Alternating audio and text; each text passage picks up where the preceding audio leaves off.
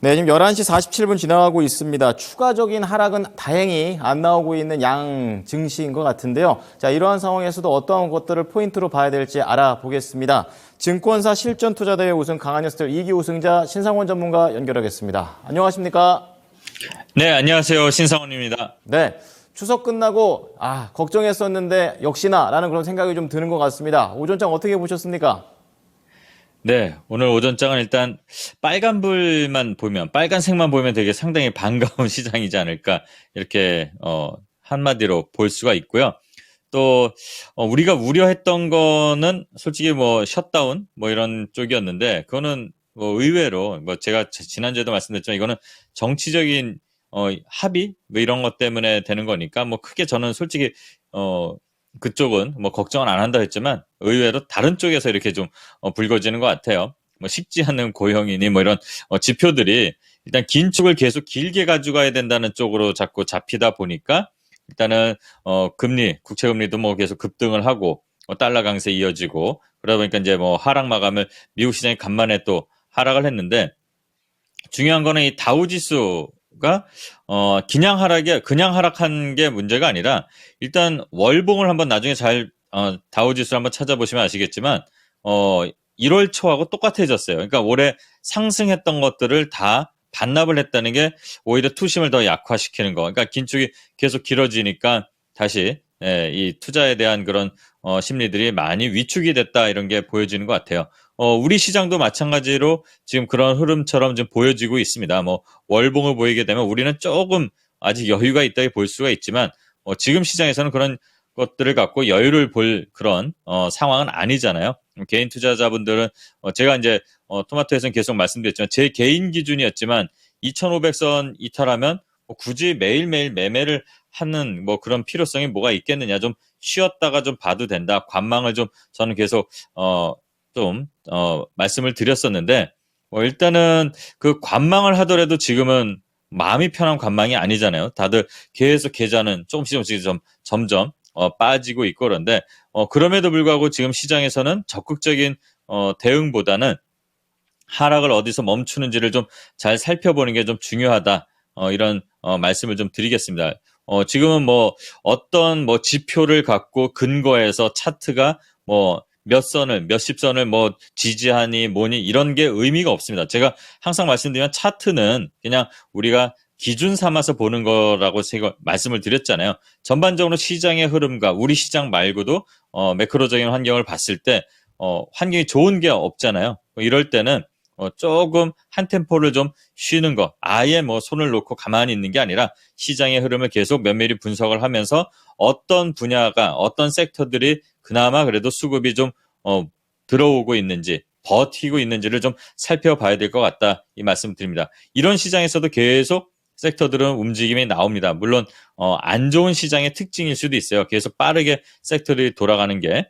자, 오늘 시장에서는 어쨌든 우리 시장은 계속 개파락 출발해서 지금도 조금 뭐 아랫꼬리를 달고는 있지만 반등의 모멘텀이 좀 부족합니다. 그리고 보수적인 관망을 좀 가져야 된다는 거는 저는 유효하다, 이렇게 말씀을 드리고, 그럼에도 불구하고 좀 봐야 될 섹터들이 조금씩 계속 있다고 말씀드렸죠. 지난 9월에도 말씀을 드렸지만 10월이 됐을 때 뭐 반도체니 2차 전지니 그 당시 말씀드릴 때 흐름이 빠르게 좋아질 거는 좀 없었기 때문에 오히려 돈이 좀 몰리는 섹터가 주도가 될 수 있지 않을까. 그 중에 하나 이제 말씀드렸던 것들이 오늘 좀 강세인데, 그 중에 하나가 네옴시티입니다. 네옴시티 플러스 이제 중동에 대한 수주 기대감이 있는 이런 섹터들. 이 시간에 제가 좀 추천 종목으로 많이 말씀드렸던 거 잘 보시면 한쪽에 좀 섹터가 좀 몰려 있는 게 있었죠. 그 중에 하나가 이제 이 인프라 관련, 이 네옴시티까지 포함된 이런 종목들인데, 오늘 뭐 유신, 뭐 히림, 그리고 한미글로벌, 그다음에 뭐 SY 이런 종목들이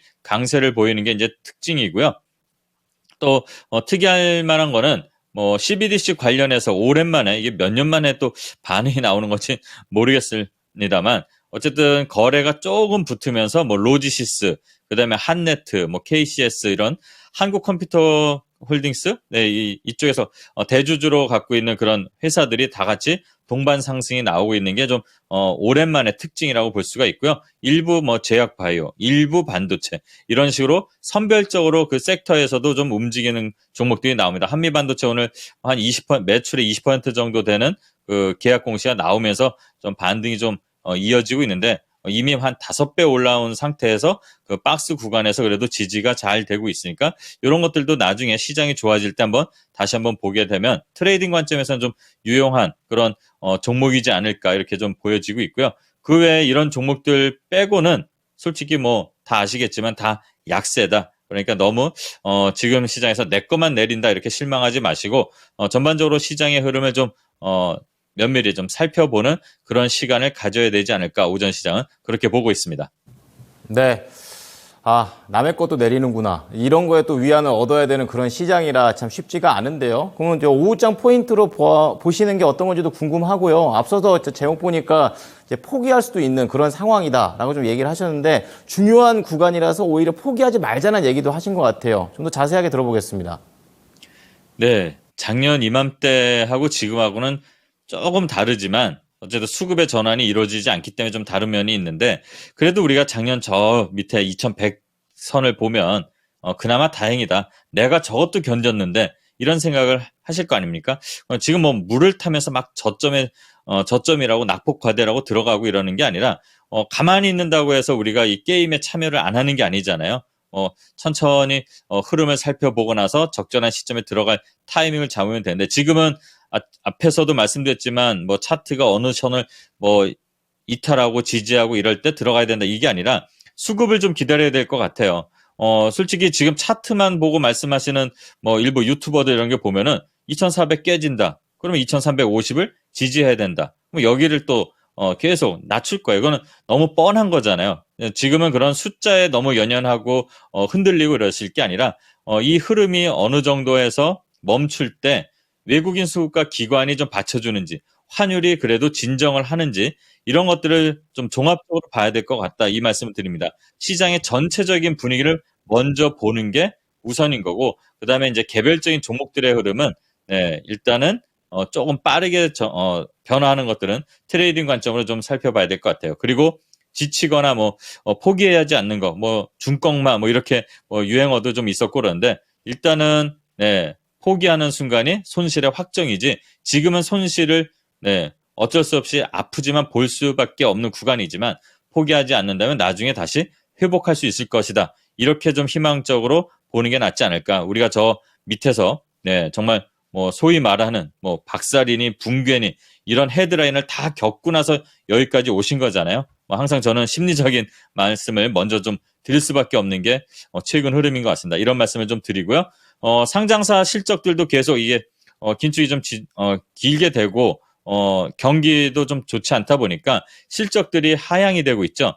그럼에도 불구하고 이 나자니 실적 전망에서 실적이 개선되는 종목들이 좀 있습니다. 뭐 해외에 나가서 돈을 버는 좀 마침 또 달러 강세다 보니까 그런 건설 기계 관련 앞에 말씀드린 그 중동에 바람이 부는 그런 쪽도 있고 실제 그래도 개선되는 종목들이 꽤 있습니다. 또 오늘 또 뉴스에 좀 나온 것들 보면은 삼성전자는 3분기 영업이익이 이제 컨센서스를 좀 하회하지만 그래도 2조다. 그리고 현대차, 기아차는 최대 실적 달성하면서 6조를 넘는다. 이렇게 나오는데 저는 이걸 또 좀 반대로 좀 보면 좋을 것 같다는 생각도 들어요. 물론 제 말이 다 맞는 건 아니지만 컨센서스가 한 6천억이 떨어진 거죠, 삼성은. 그런데 바로 전분기랑 비교를 숫자로 나중에 확인을 하게 되면 아마 늘어나는 걸 겁니다. 그러면 저점을 극복하면서 가는 과정 아닐까. 이렇게 보면 될 것 같고 현대차, 기아차는 어떻게 보면은 6조가 넘지만 바로 직전하고는 숫자로 보면 좀 떨어져요. 그럼 정점에서 내려오는 거 아닐까. 여기서 소개해드렸던 종목들, 뭐 아진산업, 그다음에 화신, 뭐 이렇게 100% 올랐던 종목이 이미 그 전에 실적이 좋을 거라고 해서 미리 반영이 됐던 거 아닐까. 이렇게 생각하면서, 네, 자동차보다는 오히려, 안 갔던 종목들을 관심 갖는 게 좋지 않을까? 이런 생각을 제가 한번, 해봤습니다. 그리고, 10월에 주요 모멘텀이 좀 별로 없다 하는데, 지난번에도 말씀드렸지만 중동이 모멘텀이 되지 않을까? 이재용 회장이 연휴 때 중동을 좀 돌았다고 해요. 뭐 네옴시티 건설 현장도 가고 그랬다고 하는데 다시 한번 또 21일에 방한을 한다고 하고 또 대통령실에서도 사우디하고 UAE에서 이 40도 투자 유치한 거 이달 중에 확정될 거라고 자신 있게 말을 했다는 거는 아마 뭔가 구체화되고 있는 것 같습니다. 그래서 오늘 시장에서 좀 반응들이 나오고 있는데 이런 것들을 좀 보면서 조정 시에는 또 지금 오늘 움직인 애들의 특징을 좀 잘 봐야 될 것 같다. 이런 말씀도 드립니다. 그리고 미국의 이제 뭐 매크로적인 환경도 좀 여러 경제 지표들이 있지만 대선 관련해서도 시장의 변수 요인이 될 수 있다는 거. 트럼프 전 대통령이 좀 지지율이 올라오면 이 바이든 대통령이 만든 이 정책들이 좀 타격을 입지 않을까 이런 것들 좀 보면서 우리나라가 또 관련된 그런 섹터들도 관심 있게 좀 살펴봐야 되는 오후가 되지 않을까. 시장이 안 좋다고 해서 너무 위축되지 마시고 다양한 이슈들을 보면서 올해 4분기 이제 남은 한 분기 좀 전망하시고 내년 초도 한번 전망하는 그런 오후가 됐으면 좋겠습니다. 네. 자, 더 듣고 싶지만 시간이 얼마 없습니다. 추천주 좀 간략하게 핵심만 들어보겠습니다.